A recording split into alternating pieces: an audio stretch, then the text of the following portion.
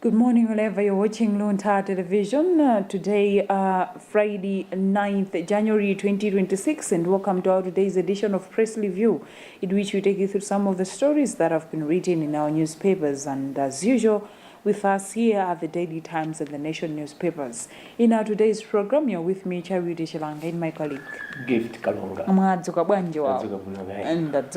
And today, all right, I'll be taking you through the Nation newspaper, and to begin with the very front page. All right, Roads Authority moves on road dues, raises 70 contractors for nationwide maintenance, and the story is on page 2. But it says the Roads Authority is in the process of hiring 70 contractors to carry out road maintenance works and nationwide. Roads Authority Chief Executive Officer Amo Shampiti discussed this on Wednesday on the sidelines of newly appointed Minister of Transport and Public Works Japi Mhango familiarization tour. He said the contractor whose award awaits approval from the Public Procurement and Disposal of Assets Authority PPDA and the minister are expected to be development. Misewu kwathu kuno sili bwino ya misewu yambiri kuno sili bwino ukalwira chakuno fiku unsewu omtemalo wankhota kumapita uko. Of course ma contract ena sindizo zoti ma contracts amene aja anali motani komano ntchito mwina ndi mwina imapitirira koma zambiri zikufunika ndithu zitachitika pamenepa kuti misewu ya mdziko mwathu muno ikhale ndithu yapamwamba yosililika kuti anthu akamati achokera malo ena ake kupita malo ena mayendedwe azikhala osavuta. Ndithudi nkhani ya misewu kuna chilungamo ndi nkhani yofunikira kwambiri ngati dziko chifukwa transportation ya zinthu ndiyofunikira kwambiri pa chuma cha dziko. Nde tikaonesesa mvula yaononga misewu yambiri. Mvula yaononga misewu. Nde sindizoona kuti tinati mvula inali yamphamvu kwambiri kapena misewu inali yonongeka kale. So that can be a question. Imene yumautha maboko bokanthu amabweretsa ma views osiyana malingana so ndi mmene mbuyo mwadindo ena anayankhulira zokhudzana nkhani imene komano kupatula zoti mwina mafloods anapanga affect ina mwa misewu yathu ndizofunika ndithu kuti ma contractor aoneone misewu yosiyana mdziko muno chifukwa misewu yathu tikozoti they are death traps. Izozo ndi munenazo ndizoona kuti misewu yathu ndi ma death traps. Ndi pamene pakufunika zoti ngati dziko tikamapeza ma contractors tipeze ona kuti they will give us zinthu zoti ndizolimba. Of course nkhaniyo ili apo komanso pene zimatengera agreement chifukwa katangale anachuluka kwambiri zopezeka zoti munthu uja mwampeza koma ngati ndalama mwagwirizana monyenyeka muyembekezera bwanji kuti akugwirira ntchito yabwino. Komano tinene chilungamo nkhani ya za misewu yetu tikaonesesa kalekale kunali kampani yake yochokera ku Italy mati kaya ndangwe wala dzina lake koma inakonza misewu yambali ya kucholoku misewu yolimba yoti pano ndi misewu ndithu yodziwika kwambiri pano pamangoika zigamba chifukwa chino koma zoti ayambaso kuika posa chedwa koma zoti ndi misewu yakalekale yolimba chimene ndili kunenera zimene zinchona kuti ngati dziko ngati tizipeza ma contract ona kuti sachita chinthu chimene chili cholimba tizozona kuti tizononga ndrama zambiri. Yes, ngati lero tamanga msewu ndekuti in the next budget zimafunika nthayina yake zapezeke next budget mulibe monse mulibe monse kuti tupanga kuti tifane mangense kuti misewu tinamanga yabwino komano uona kuti kwapapa ndikuti apapa parliament akangosegula umva ndithu ma MP akudandaula misewu ikunenedwa ikhali ndiyo chepa pali misewu ino machito kuti koma apapa panayikidwa kotala apa nde nkhani imene ifunika ndithu kuitenga serious kwambiri ndipo ndikukhulupirira kuti ngati boma ma contractors amene atengedwe kuti akwanisa fa penanso zimakhala zinthu kuti ma contractor ena kungokhala kuti ali ndi ndalama koma ukadaulo alibe so pafunika kuti patawunikidwa nkhaniyo ndiyo nde apa pali nkhani pa the Daily Times akuti Madaliso Kazombo dies mourned. Part of the story says, former first deputy speaker of the National Assembly, Madaliso Kazombo, died yesterday after suffering an asthma attack. Family relation and former Labour Minister Ken Kandodo confirmed the development, saying Kazombo collapsed after attending a meeting in Lilongwe. Nkhani yomvetsa chisoni nkhani yomvetsa chisoni kuti the immediate past former second deputy speaker Madaliso Kazombo amene atisiya dzulo atikamba ka nthenda ya asima. Yes, ambiri tamulira this guy regardless of being kuti wandare komano anaindi charisma ina yake yona kuti if namara akakhala kabwera pagulu iwe matoka kuti uli kuona zoti this guy is ndi munthu is a national asset mwachisanzo uzamuona mu parliament moja mina mapangira handles into zake mapezi kuzona kuti anthu MCP so mmene jamu akwabafula kumabwafula zoti iyeyo amaima pachilungamo tikhoza kunena choncho. Ine nditangoyamba kumene kukapanga kava ma deliberations ku parliament nangodabwa ntola nkhani wina kuti lero akupanga ndi Madaliso Kazombo koma ndiye kubepa. I was like okay kubepa ndiye kuti and then by that's when ndinayamba kupanga zoti okay kodi kubepa kuti amanena kuti ndi ukuku anthu amasiyanitsa ndithu kuti mina kukakhala siri kunyoza inawo komano amasiyanitsa ndithu kuti akakhala sura kutsogolera zokambirana nyumba ya malamulo nthawi imene ndi uyu kapena ndi uyu anthu amakhala ndi luso losiyana so akuoneka zoti ndithu anali munthu oloti ma videos tomwe tikutuluka nde analiso mtu friendly. Yes. Anazabwera ndikajama chilanga shad. Yes. Yes, yomwe amachuka naye akuti amangochuka nayo zoti ari chilanga shad. Yes.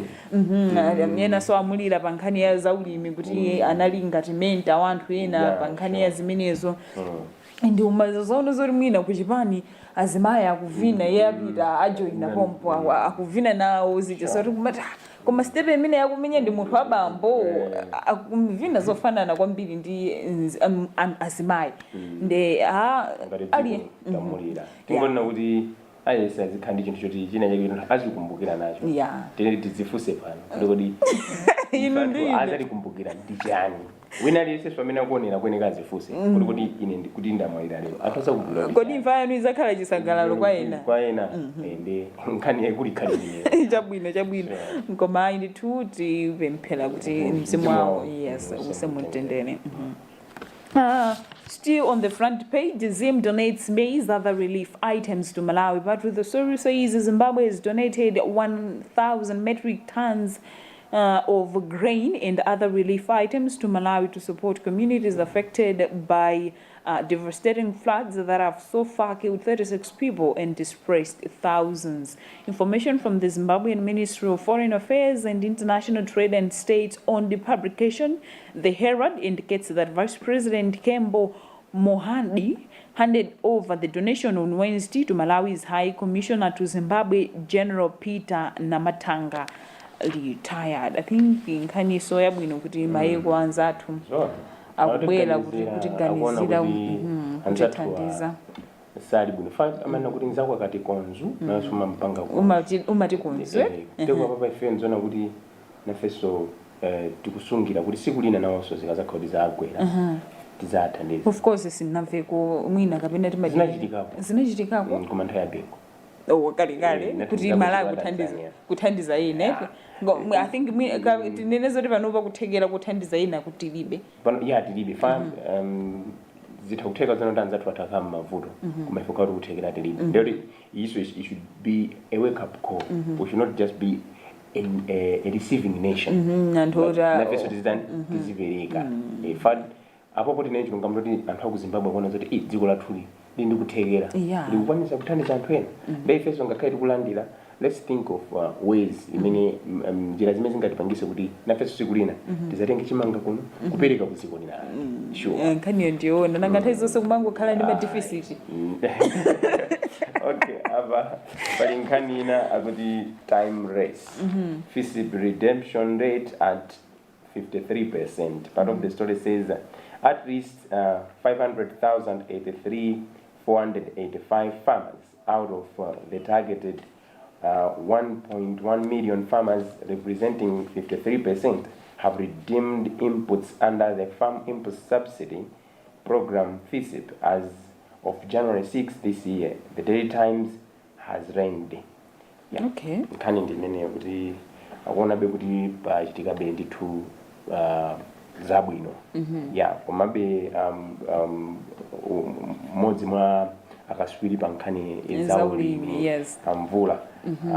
Tamani nkhono mvula. Yes. Mene wanena kuti ziwene kuti zimene zoti zichitikedi zimene zikunenedwa apazi koma if not ngati fertilizer apite mochedwa kwanthu tikonzekere kuti chipalapa kodi pano ambiri okulitsa athirathira I think inde kuti kubwera kuwatsala ndi komano madera ena fertilizer anasanafike that's why mwana kuti a spokesperson wawo yaona kuti wa Ministry of Agriculture yaona kuti alankhula nako ndi boma kuti pakhale ngati pali mgwirizano ndi asilikali kuti azinyamula fertilizer amene kupitisa m'madera ena fa kuti madera ena ona kuti galimoto ali za private zikukana kuti iyayi ingapite kumene kulomerake ndirama kuti basa ikathera yani ikathera kukonzera galimoto nde akambirana ndi MTF tinechilungamo is a nice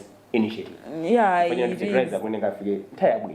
of course panopa tikuzomene zoti bendi pomwe tili mina kapena tikutsalira bembuyo choncho chifukwa chakuti panopa chimanga chambirimbiri fertilizer ukulitsa anathilidwa. I think mina kukubwera kumwina just in a week anthu azithira mina okulitsa mina so ena athira kale obereketsa say so mwina so ena athira kale nkona zenja amapezeka zoti alimi aja alandira fertilizer uja aona zoti chimanga chathu sichifunika so fertilizer apa pande siti kuthiraso kapena anathira kale amapezeka yamba kugulitsa sure.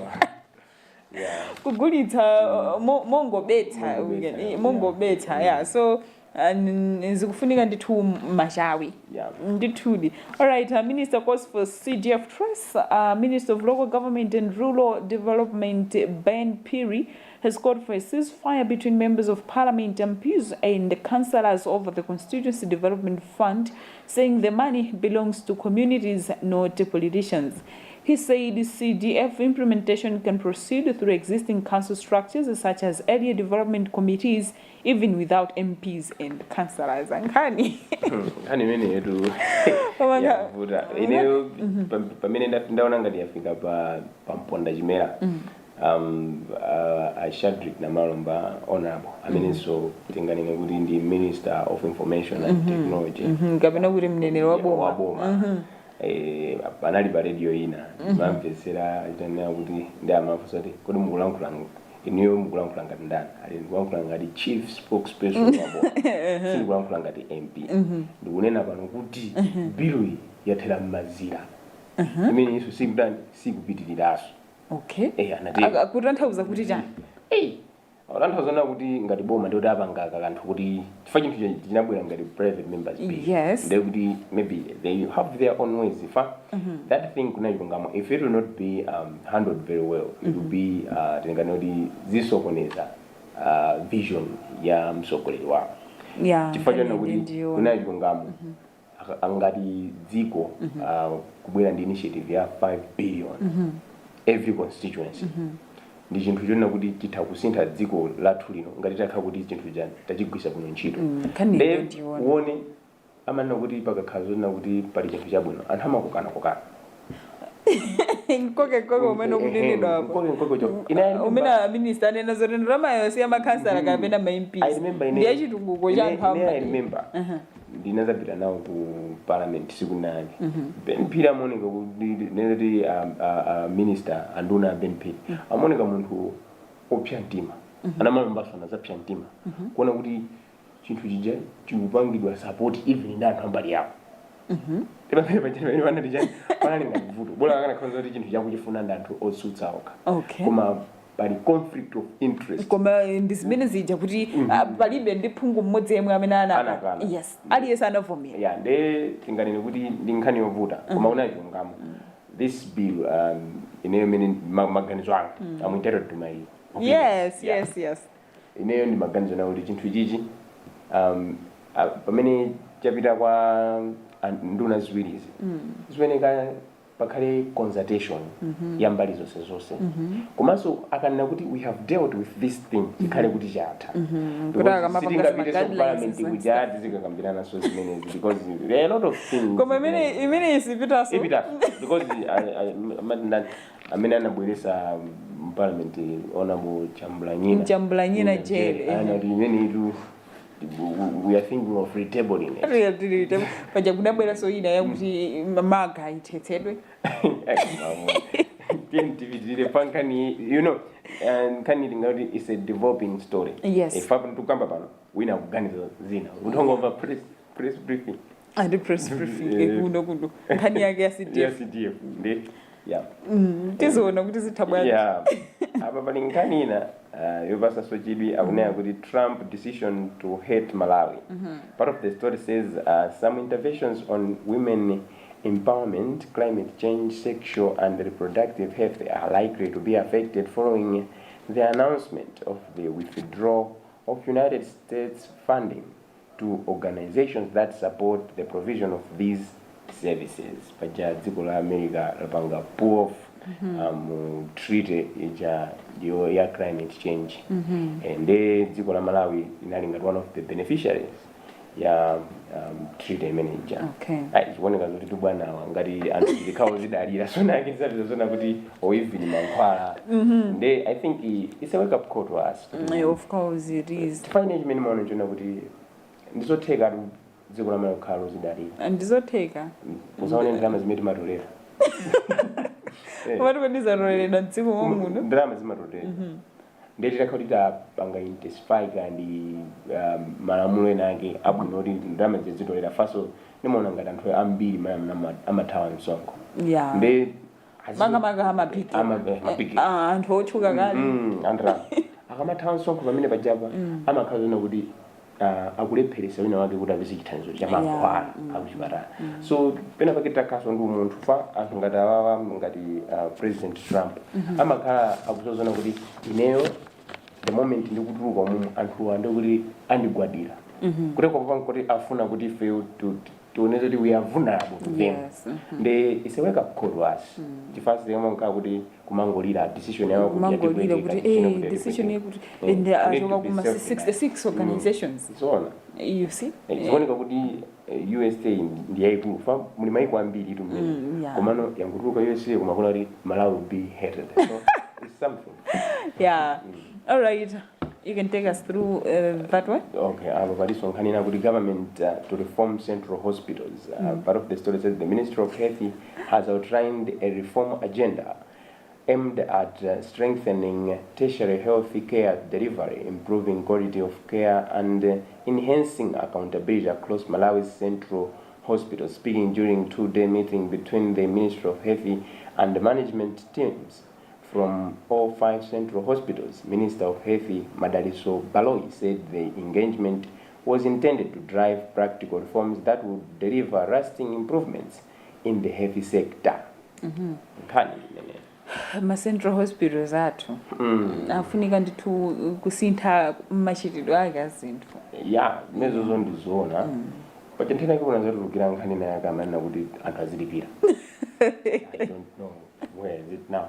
Kumano kuna chilungamo zipera zathu pena so ineyo ndinene chilungamo mado ukapita ku central kama central so sasa kuti what is happening peza munthu akona pansi ndidiro kuti kusenza kuti akudwala mama munthu akonekwa basi pena so tukupeza even kandi mabeda aidwa mukolibe.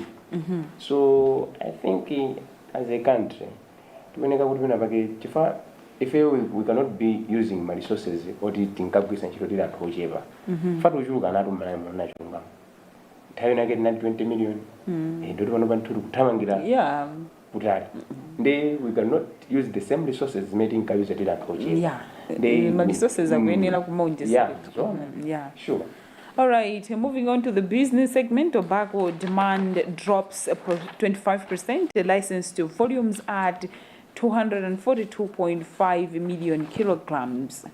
Part with the story says the preliminary demand for tobacco from buyers in the 2025-2026 selling season stands at 170 million kilograms kg, a 25% drop from last year's 213 million kgs. This comes when the number of buying companies is also projected to drop from 11 last season to 8 this year, a situation analysts fear could dampen prices if more buyers do not join the market forces.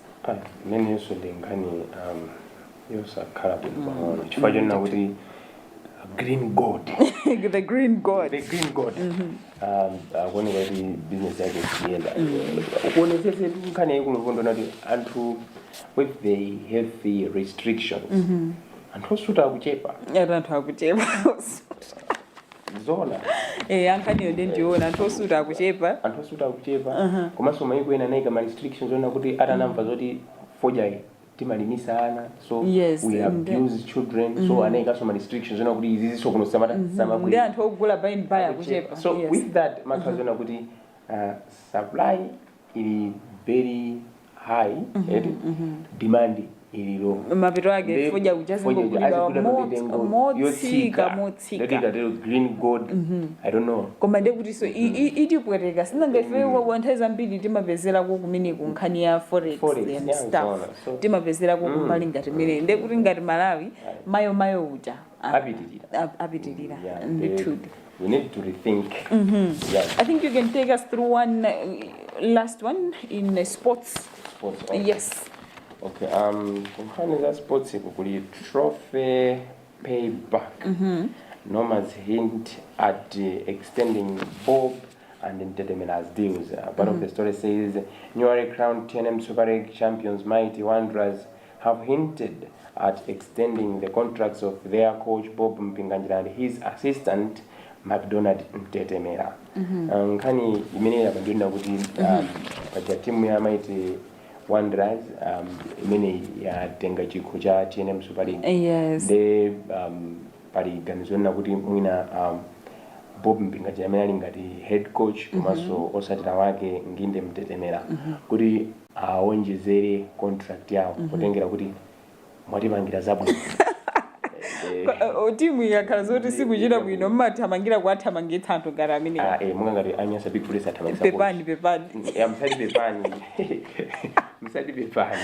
Oh, all right. That also brings us to the end of our today's edition of Press Review. Remember, we just take you through some of the stories, and for you to have a full picture of what has been published in the newspapers, you can get your copies. The Nation is going at 3,000 kwacha and 4,000.